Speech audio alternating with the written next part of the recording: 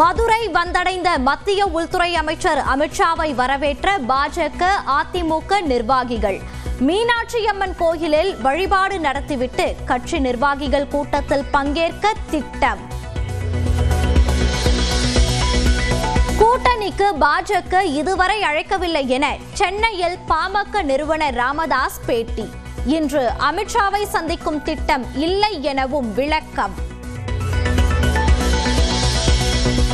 இளைஞர்களை திமுகவில் சேர்க்க முக்கியத்துவம் அளிக்க முதலமைச்சர் மு.க. ஸ்டாலின் வலியுறுத்தல். கடமைக்கு உறுப்பினர்களை சேர்க்க வேண்டாம் என கட்சி நிர்வாகிகளுக்கு அறிவுரை. கொரோனா பாதிப்பு வீரியம் இல்லாதது என்பதால் ஊரடங்கிற்கு அவசியம் இருக்காது. மருத்துவத்துறை அமைச்சர் மா. சுப்பிரமணியன் விளக்கம். தங்க நகை கடன்களுக்கான நிபந்தனைகளை தளர்த்தியது ரிசர்வ் வங்கி. நகை வாங்கியதற்கான ரசீதை வழங்க தேவையில்லை என அறிவிப்பு. வார இறுதியில் கிளாம்பாக்கத்தில் கூட்டம் அதிகமாக இருக்கும் என அரசுக்கு தெரியாதா என்று எதிர்க்கட்சித் தலைவர் எடப்பாடி பழனிசாமி கேள்வி. இன்று வரை கிளாம்பாக்கம் பரிதாபங்கள் ஓய்ந்தபாடில்லை என்றும் விமர்சனம். சென்னை கிளாம்பாக்கத்தில் கடந்த 3 நாட்களாக பயணிகளின் தேவைக்கு ஏற்ப கூடுதலாகவே பேருந்துகள் இயக்கம். அரசு விரைவு போக்குவரத்து கழகம் விளக்கம். மேட்டூர் அணைக்கு நீர்வரத்து 6000 கன அடியாக அதிகரிப்பு. 4 தினங்களில் பாசனத்திற்காக நீர் திறக்கப்பட உள்ள நிலையில் அணையின் நீர்மட்டம் 114 அடியை நெருங்குகிறது. கோவையில் நடைபெற்ற இளையராஜாவின் இசை நிகழ்ச்சி. இசை மழையில் நனைய குவிந்த மக்கள். சேலம் வாழப்பாடி அருகே மேம்பால தடுப்புச் சுவரில் கார் மோதி கோர விபத்து. கர்நாடகாவை சேர்ந்த 4 பேர் உயிரிழப்பு, 3 பேர் படுகாயம். ஹோசூர் அருகே 3 வயது சிறுவனை கடித்து குதறிய தெருநாய். பலத்த காயங்களுடன் அரசு மருத்துவமனையில் அனுமதி. கடலூர் மாவட்டத்தில் இரவு பணியின் போது அரசு பேருந்திலேயே நெஞ்சு வலியால் நடத்துனர் உயிரிழப்பு. திருச்சியிலிருந்து காஞ்சிபுரம் சென்றபோது சோக சம்பவம். பெங்களூருவில் கூட்ட நெரிசலில் சிக்கி உயிரிழந்தோர் குடும்பத்திற்கு நிவாரணம் வழங்க தொகையை 25 லட்சமாக அதிகரிப்பு. விபத்துக்கு பொறுப்பேற்று கர்நாடக கிரிக்கெட் சங்க செயலர் மற்றும் பொருளாளர் ராஜினாமா. ஆந்திராவில் முதலீடுகளை ஈர்க்க வேலை நேரத்தை 10 மணி நேரமாக உயர்த்த திட்டம். சட்ட திருத்தம் கொண்டுவரப்பட உள்ள நிலையில் வலுக்கும் எதிர்ப்பு. திருவனந்தபுரம் பத்மநாப சுவாமி கோயிலில் 270 ஆண்டுகளுக்கு பின்னர் கும்பாபிஷேகம். ஏராளமான பக்தர்கள் பங்கேற்பு. திருப்பதி ஏழுமலையானை தரிசிக்க சுமார் 7 கிலோமீட்டர் வரை வரிசையில் காத்திருக்கும் பக்தர்கள். இலவச தரிசனத்திற்கு 24 மணி நேரம் வரை ஆவதாக கவலை.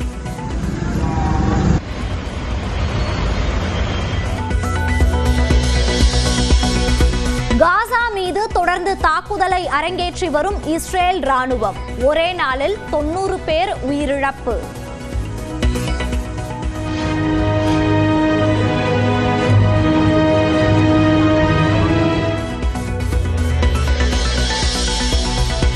தொழிலதிபர் எலான் மஸ்குடனான உறவை முறித்துக் கொண்டதாக ட்ரம்ப் அறிவிப்பு.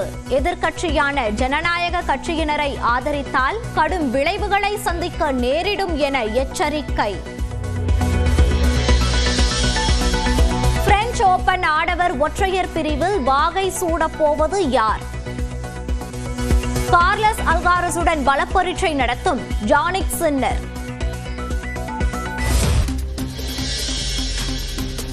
கொரோனா பாதிப்பு வீரியம் இல்லாதது என்பதால் ஊரடங்கிற்கு அவசியம் இருக்காது. மருத்துவத்துறை அமைச்சர் மா. சுப்பிரமணியன் விளக்கம். தங்க நகை கடன்களுக்கான நிபந்தனைகளை தளர்த்தியது ரிசர்வ் வங்கி. நகை வாங்கியதற்கான ரசீதை வழங்க தேவையில்லை என அறிவிப்பு. 2.5 லட்சம் வரையிலான நகை கடனுக்கு பிணை மதிப்பு விகிதம் 85 விழுக்காடாக அதிகரிப்பு. தகுதி மதிப்பீடு தேவையில்லை என்றும் ரிசர்வ் வங்கி விளக்கம். ஈரோடு, வேலூர், மதுரை, சென்னை உள்ளிட்ட தமிழ்நாட்டின் 10 இடங்களில் சதமடித்த வெயில். நாளை மறுநாள் வட மாவட்டங்களில் கனமழைக்கு வாய்ப்பு என வானிலை மையம் கணிப்பு. மதுரை வந்தடைந்த மத்திய உள்துறை அமைச்சர் அமித்ஷாவை வரவேற்ற பாஜக, அதிமுக நிர்வாகிகள். மீனாட்சியம்மன் கோயிலில் வழிபாடு நடத்திவிட்டு கட்சி நிர்வாகிகள் கூட்டத்தில் பங்கேற்க திட்டம். இளைஞர்களை திமுகவில் சேர்க்க முக்கியத்துவம் அளிக்க முதலமைச்சர் மு க ஸ்டாலின் வலியுறுத்தல். கடமைக்கு உறுப்பினர்களை சேர்க்க வேண்டாம் என கட்சி நிர்வாகிகளுக்கு அறிவுரை. வார இறுதியில் கிளாம்பாக்கத்தில் கூட்டம் அதிகமாக இருக்கும் என அரசுக்கு தெரியாதா என்று எதிர்க்கட்சித் தலைவர் எடப்பாடி பழனிசாமி கேள்வி. இன்று வரை கிளாம்பாக்கம் பரிதாபங்கள் ஓய்ந்தபாடில்லை என்றும் விமர்சனம். சென்னை கிளாம்பாக்கத்தில் கடந்த 3 நாட்களாக பயணிகளின் தேவைக்கு ஏற்ப கூடுதலாகவே பேருந்துகள் இயக்கம். அரசு விரைவு போக்குவரத்து கழகம் விளக்கம். எடப்பாடி பழனிசாமி தான் தங்களது அணிக்கு வந்துள்ளதாக அம்மா மக்கள் முன்னேற்ற கழகத்தின் பொதுச் செயலாளர் டிடிவி தினகரன் கருத்து. திமுகவை வீழ்த்த அதிமுக உடனான பங்காளி சண்டையை ஒத்திவைத்துள்ளதாக நியூஸ் 18க்கு பேட்டி. ஏற்கனவே பங்காளி சண்டை இருக்கு, அதை வச்சுதான் கேட்குறீங்க. எங்களை பொறுத்தவரை இந்த சண்டையெல்லாம் ஓரமா வச்சுட்டு அதெல்லாம் பின்னாடி தேர்தல் முடிஞ்சு திமுகவை வீழ்த்தி விட்டு பார்த்துக் கொள்ளலாம்.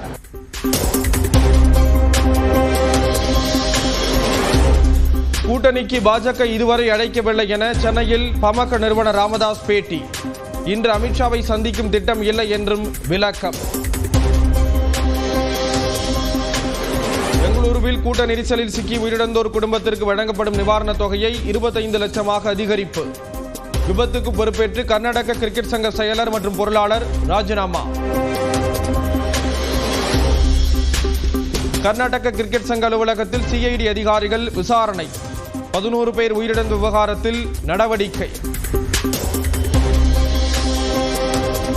உத்தராகண்டில் திடீர் கோளாறு காரணமாக சாலையில் தரையிறக்கப்பட்ட ஹெலிகாப்டர். கேதார்நாத் சென்ற பயணிகள் 5 பேர் உட்பட 6 பேர் உயிர் தப்பினர்.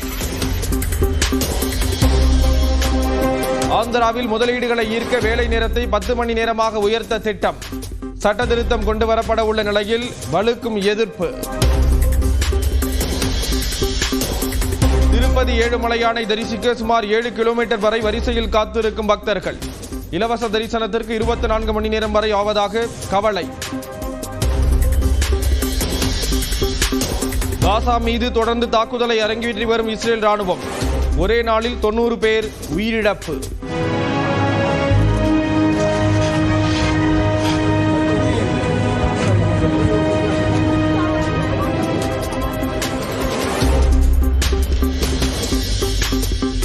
தொழிலதிபர் எலான் மஸ்குடனான உறவை முறித்துக் கொண்டதாக ட்ரம்ப் அறிவிப்பு.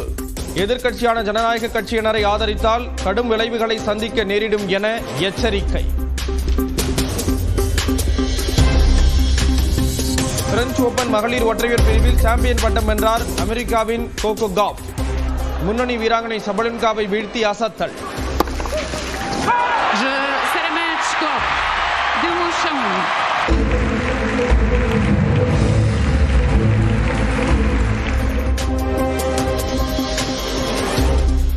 தமிழர்களின் கலாச்சாரத்தை மற்ற மாநில மக்கள் அறிந்து கொள்வதற்காக முருகர் மாநாடு நடத்தப்படுவதாக மத்திய அமைச்சர் எல் முருகன் கருத்து.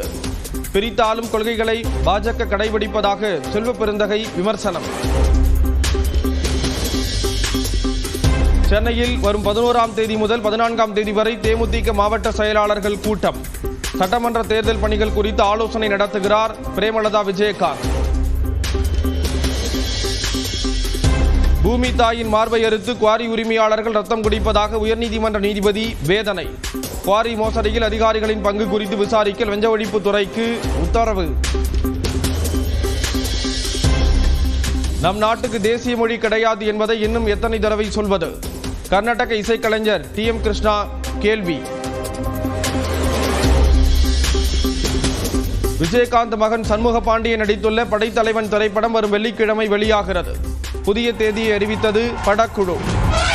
இங்க அடிச்சா அங்க வலிக்கும். நீங்க கனவுல ஒரு யானை பத்தன்னு சொன்னீங்களே? ஆமா, அதை நான் பார்த்தப்பா.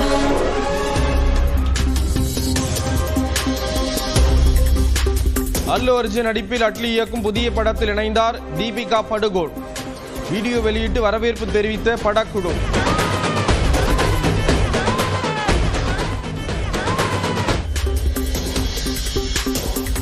செப்டம்பர் 25 வெளியாகும் பவன் கல்யாணின் தே கால் ஹிம் ஓஜி.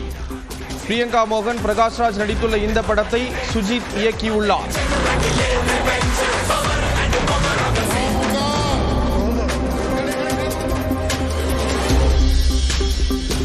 வைகாசி விசாகத்தை முன்னிட்டு நெல்லை திருச்செந்தூர் இடையே நாளை 2 முன்பதிவில்லா சிறப்பு ரயில்கள் இயக்கம். பாத யாத்திரையாக வரும் பக்தர்களுக்கு கோயில் சார்பில் தனி வரிசை ஏற்பாடு.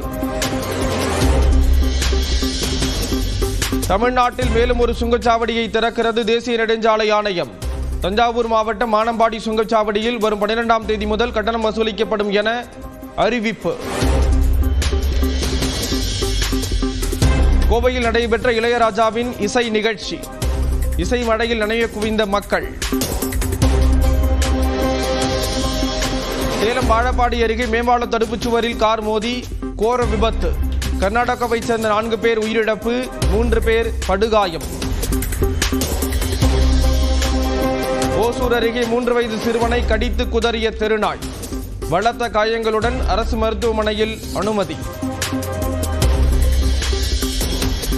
கடலூர் மாவட்டத்தில் இரவு பணியின் போது அரசு பேருந்திலேயே நெஞ்சுவலியால் நடத்துனர் உயிரிழப்பு. திருச்சியிலிருந்து காஞ்சிபுரம் சென்றபோது சோக சம்பவம். திருவனந்தபுரம் பத்மநாப சுவாமி கோயிலில் 270 ஆண்டுகளுக்கு பிறகு கும்பாபிஷேகம்.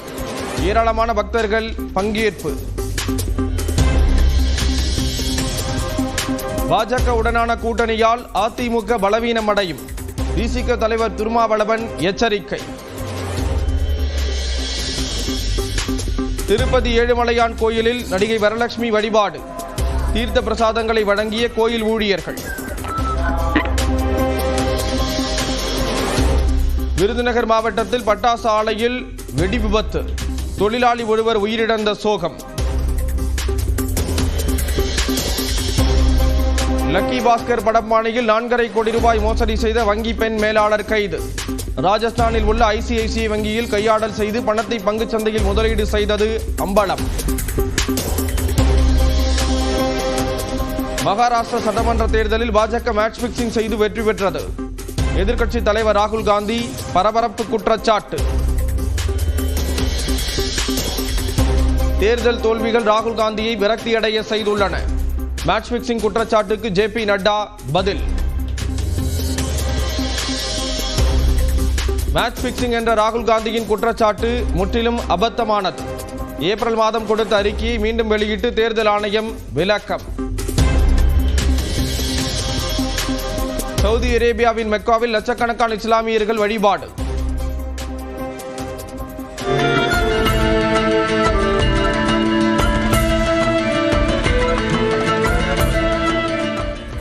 ஹஜ் புனித பயணம் முடிவுக்கு வருவதால் அதிகரித்த மக்கள் கூட்டம்.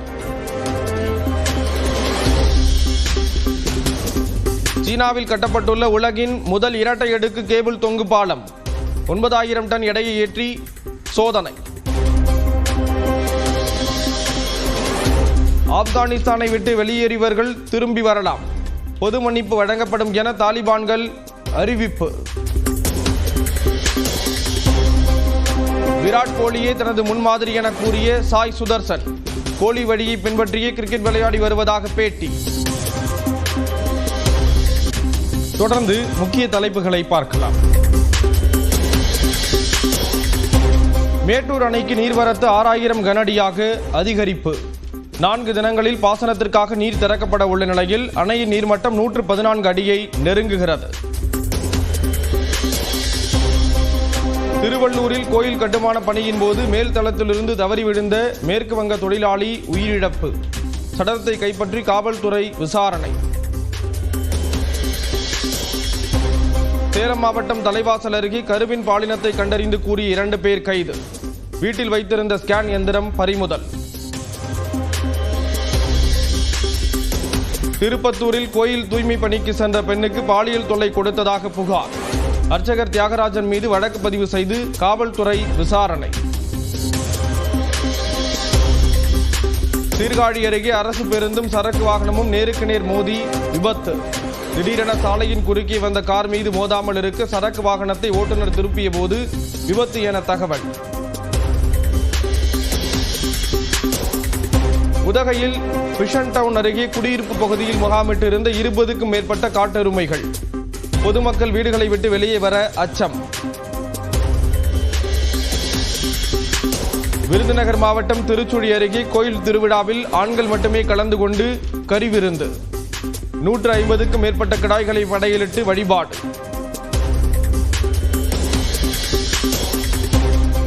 கோவில்பட்டி அருகே எண்ணெய் கசிவு காரணமாக உபமின் நிலையத்தில் பயங்கர தீ. மற்ற இடங்களுக்கு தீ பரவாமல் இருக்க முன்னெச்சரிக்கை நடவடிக்கை.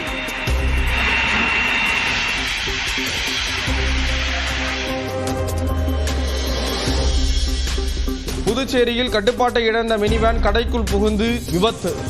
நூலிழையில் 2 பேர் உயிர் தப்பிய பதைபதைக்க வைக்கும் சிசிடிவி காட்சி.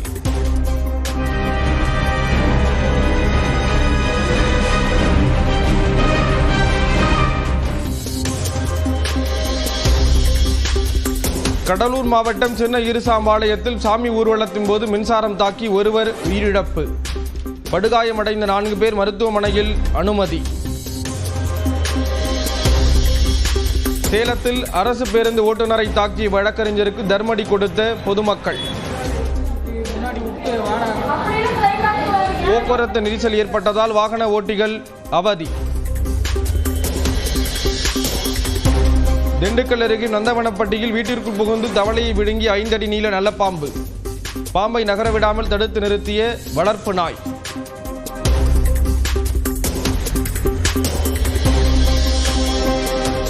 தேனி மாவட்டம் கூடலூர் அருகே ஈஸ்வரன் கோயிலில் சிவலிங்கத்தை தரிசித்த ராஜநாகம். பரவசத்துடன் கண்டு மகிழ்ந்த பக்தர்கள்.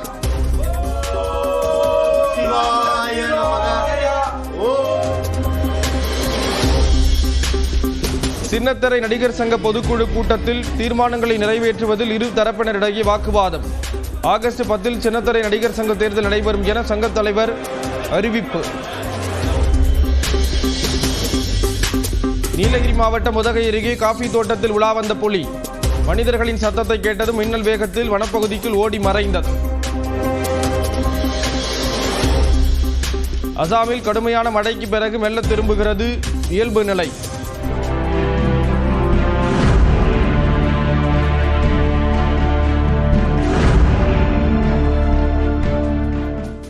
பிரம்மபுத்திரா உள்ளிட்ட முக்கிய நதிகளில் குறைகிறது வெள்ளப்பெருக்கு.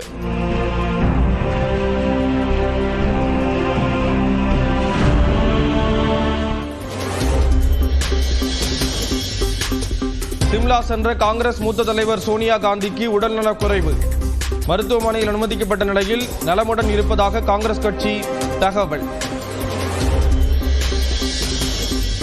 கலவரத்தை முடுக்க லாஸ் ஏஞ்சல்ஸ் நகரில் தேசிய பாதுகாப்பு படையை களமிறக்கிய அதிபர் டிரம்ப்.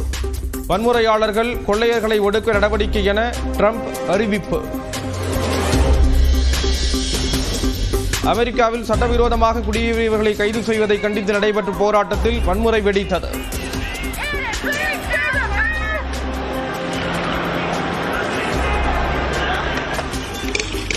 கண்ணீர் புகை குண்டுகளை வீசி போராட்டக்காரர்களை விரட்டியடித்த பாதுகாப்பு படை.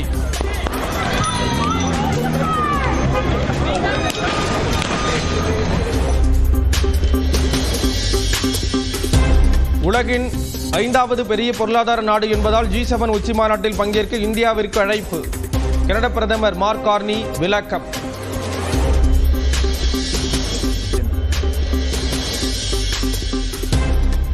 T20 உலகக்கோப்பையில் பங்கேற்றதற்கான பரிசு தொகையை வீரர்களுக்கு கொடுக்காத ஓமன் கிரிக்கெட் வாரியம். ICC விதிகளை மீறிவிட்டதாக குவியும் குற்றச்சாட்டு.